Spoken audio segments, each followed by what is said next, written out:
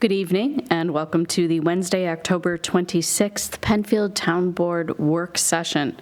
Would you please rise and join me in the Pledge of Allegiance?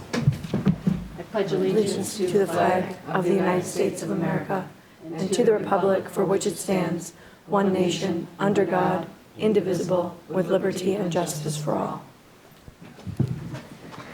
I'd like to note for tonight's record that all board members are present. Additionally, we have our Deputy Town Clerk representing our attorneys for the town, Mr. Pete Weiser, and our Director of Planning and Engineering, Director of Developmental Services, and Director of Finance are also here tonight. All right.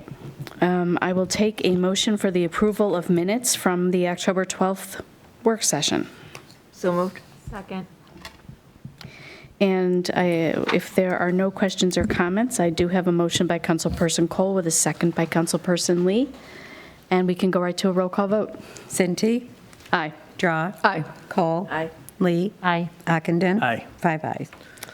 Thank you. As this is the end of the month, there are no monthly reports, and we do not have any guests here this evening. So we will move right into our action items. As in keeping with past practice, any item after a public hearing, we usually bring it back to work session to just go over any public comment we've received and ask any final questions. And so I'd like to bring up the 2023 town budget. We did have the public hearing last week. I want to just put into the record that we received no additional emails, comments, phone calls. And just ask one last time if there are any questions by the board. Okay. I know. Okay. Okay, thank you. Nice Yeah. job. Thank you very much, Barbara, really nice Barbara, for budget. all your hard work. Thank you. All right, so the next step then is to adopt this town budget, and I would entertain a motion to prepare a resolution adopting the town budget for 2023. I would move that, Madam Supervisor. Second. All right, we have a motion by Councilperson Drawe with a second by Councilperson Ockenden, and we'll take a roll call vote. Cinti? Aye. Drawe? Aye. Kohl? Aye. Lee? Aye. Ockenden? Aye. All aye. Thank you very much.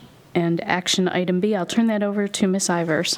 Thank you, Ms. Chirdo, for Yeah. staying through. Sure thing. Thank you, Barbara, for all your work on it. Thank you, guys. So, I apologize. This is an application for a conditional use permit, which I'm proposing be administratively reviewed and granted. It is located at 2132 5 Mile Line Road.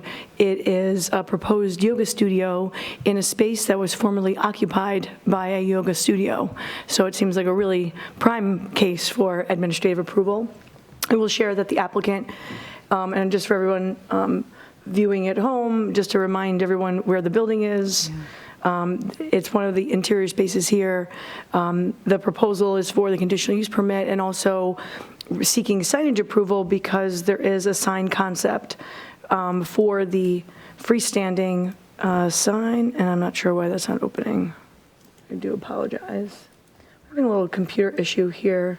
And I do want to mention that we have the applicant here this evening. If you'd like to introduce yourself, just your name and address for the record. Sure, I'm Caitlin Vitozzi. My home address is 28B Colonial Parkway, Pittsford, New York. Thank you. I do apologize. The downloaded file doesn't appear to be working. I'm going to see if I can pull it up with the sample signage another way.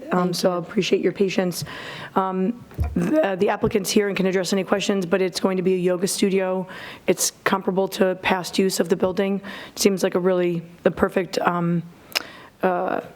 candidate for administrative review and approval. Well, so why don't we do this? While you're trying to pull it up, and I have to say that I couldn't pull mine up either before the meeting, Yeah. but that's okay. Okay. Yep.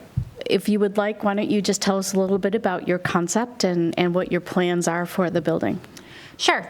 So I've been teaching yoga since 2014, and I was operating a similar business out of 2 different studios in Webster that had closed.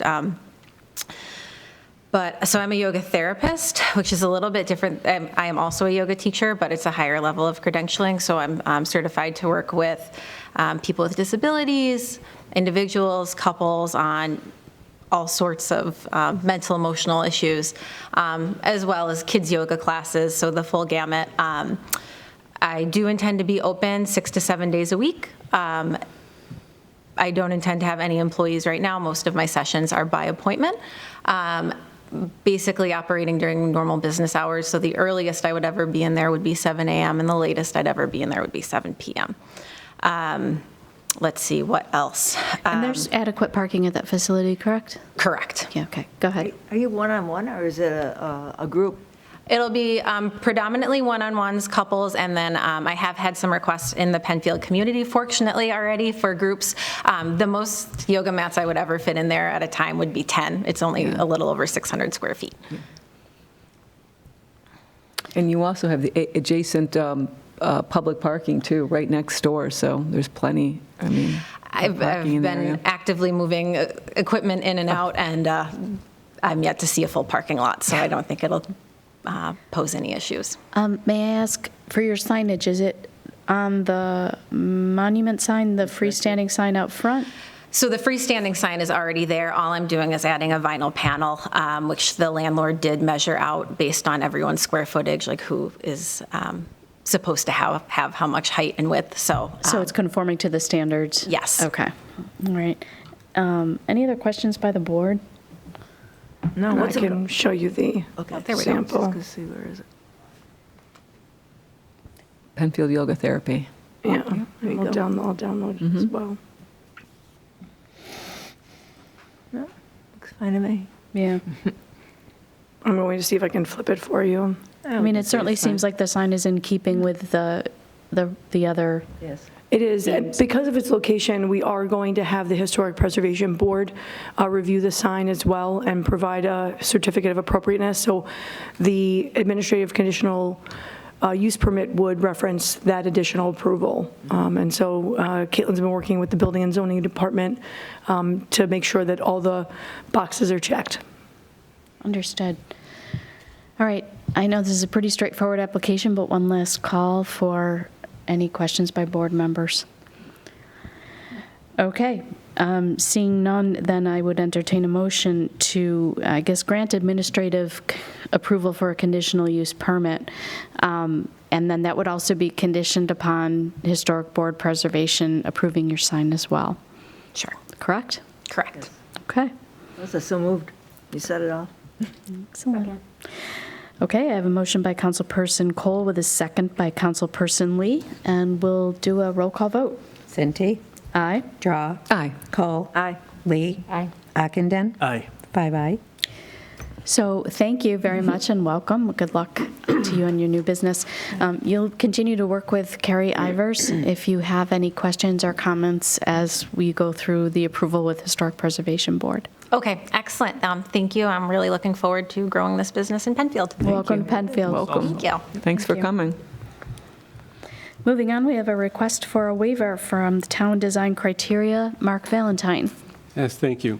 So we did receive a request from the developer of the Arbors asking if they can proceed without installing a bindered road to install basements, foundations for some of the buildings as they get started. So they're working on and got their approvals for phase 1 of the development. We're finalizing, Mylar is finalizing those pieces, and they're looking to get started with earthwork for phase 1 shortly, given the time and weather of the season, knowing that the asphalt plants will be closing sometime mid-next month, potentially, depending on the weather. They're asking for the waiver. Hopefully the board was able to access that and take a look at their letter. They're not proposing to put any combustibles in, so no wood or anything else, but do want to get started on the foundations. A little background in history, our code basically says you have to have binder, which is the stone plus the asphalt. Thank you, Carrie, for pulling up this section of our town code. It says you have to have binder before a building permit is issued. This was done before my time, but my understanding of the reason why, we did have somebody in on a construction site working on a house, working on a building structure, fell from an upper floor into the basement, was injured, and they were not able to get an ambulance into the site. So condition of the road was not there in order to get an ambulance in, so it was not a fire truck situation with a fire. So after that incident, I know the past board voted to update our town design criteria to require binder be installed before we issue any building permits so that access for fire and ambulance is available, should it need be during construction. So he's asking for a waiver from that.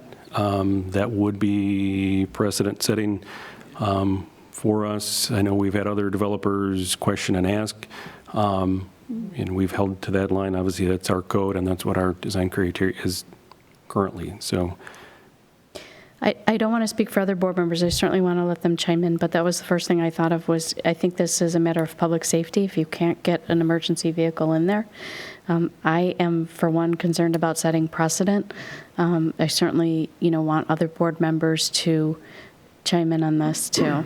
So to share with the fire marshal, obviously said, if the road was in the right condition, if it was plowed and maintained in the wintertime, obviously that's up to this board, but, wanted to at least get, his take and his input on it. I know we've got other fire people on the board that, can speak to that as well and the safety issues of it. Yeah.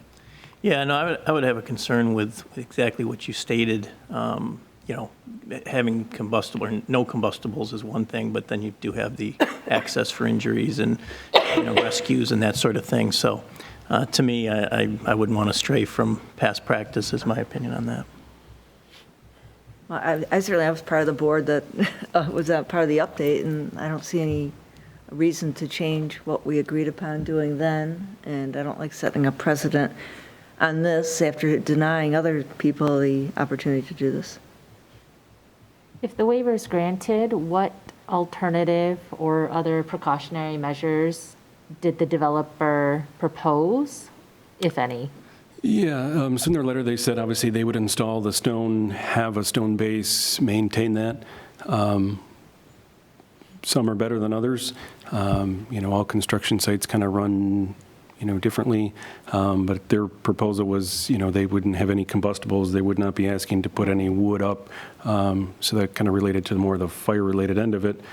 But that wasn't the specific reason, as Councilperson Kohl can remember, at least to my understanding, was somebody had fallen, was then in the basement, and then trying to get an ambulance into the site was an issue. So it wasn't a fire concern about being able to, put a building out or. Mr. Weiser, do you have any concerns? I do. I don't. Their letter. Correct me if I'm wrong, Mark, but I don't think their letter it really provides any basis for a departure. They just are asking for the waiver.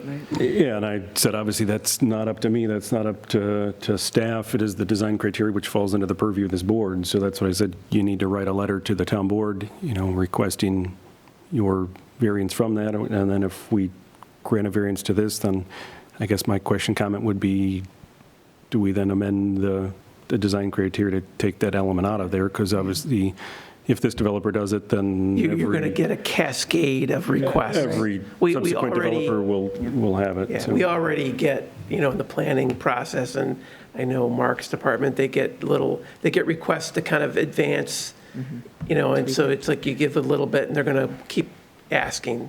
And this letter to me, there's no real justification for it. I know every developer wants to get a shovel in the ground and get moving, get the project done. Well, particularly as cold weather sets in, I understand that. I'm empathetic to that, certainly. But I think that the public safety concerns, they haven't really met them I don't get to make that decision, but.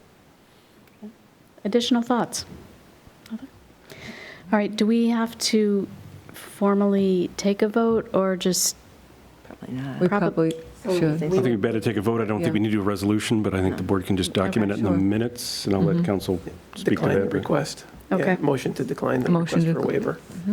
Deny it, or All right. deny it, The or motion wouldn't carry. None of us would move it Right. to approve it. So we just, So it dies before it gets to the floor. So say that again? Whatever. I'm fine with either way. Go ahead. nobody wants to move it, so it really can't even get to the Okay. floor. Take a motion. Right. Okay. so it can be, it has to be in the minutes somewhere that we talked Right. about it and agreed that we didn't want to pursue this. Right. Can that just be in there and Sure. Sue's awesome Okay. notes? I'll make it work. Yeah, there you go. All right. Goodbye. This was awesome. Thank you, Board. Thank you, Mr. Valentine. And that concludes our action items. Oh, I do want to mention that we're removing action item D, dog licensing late fees, because it is actually part of the informational items discussion coming up. So I did want to make that clear for the record, and we can actually move on to informational items, the fee schedule update. So back in the spring, we discussed the prospect of updating fees for the various board applications for planning, engineering, building, and zoning. We, at that point, developed a draft for those fees, and then realized at the time of the year it would be challenging to change fees mid-year. The thought was, let's hold off until the end of this year and adopt updated fees for the 2023 calendar year. In doing that, there's an opportunity to consolidate the fees for town-wide services, so the clerk's office, DPW, and recreation will all be consolidated into a similar format so that it has a similar look and feel across departments. And then, so at the November work session, we'll be presenting the consolidated fee schedule that would be taking effect in 2023, January 1. And the benefit of adopting updated fee schedule at the end of a calendar year is for them to be set for the following year. They're available for the public who's making applications that are going to be due for January, but they're making those applications in December. We're waiting on a couple of departments just to finalize some of the fees. But they'll be in one consolidated Excel document, and each department or each fee schedule type will be its own tab. And then in going forward, that would really be the keeper of that consolidated fee schedule would be the finance director. The department heads could work with Barbara to identify any changes that they want to make, present those changes to the town board each year around this time, so that those decisions can be made by this board. Did you just volunteer her because she's not here? No, I have an email. She left early. So. I have email proving that she is happy to take that on. I think that's how other towns do it as well. The finance director, she's the the person who has to know what the revenue coming in is. I completely understand. So, but I think it'll be a good way for the town board and for the town itself to sort of see everything in one place, and then have one easy way to find fees and not have to look back at various resolutions where something might have been changed.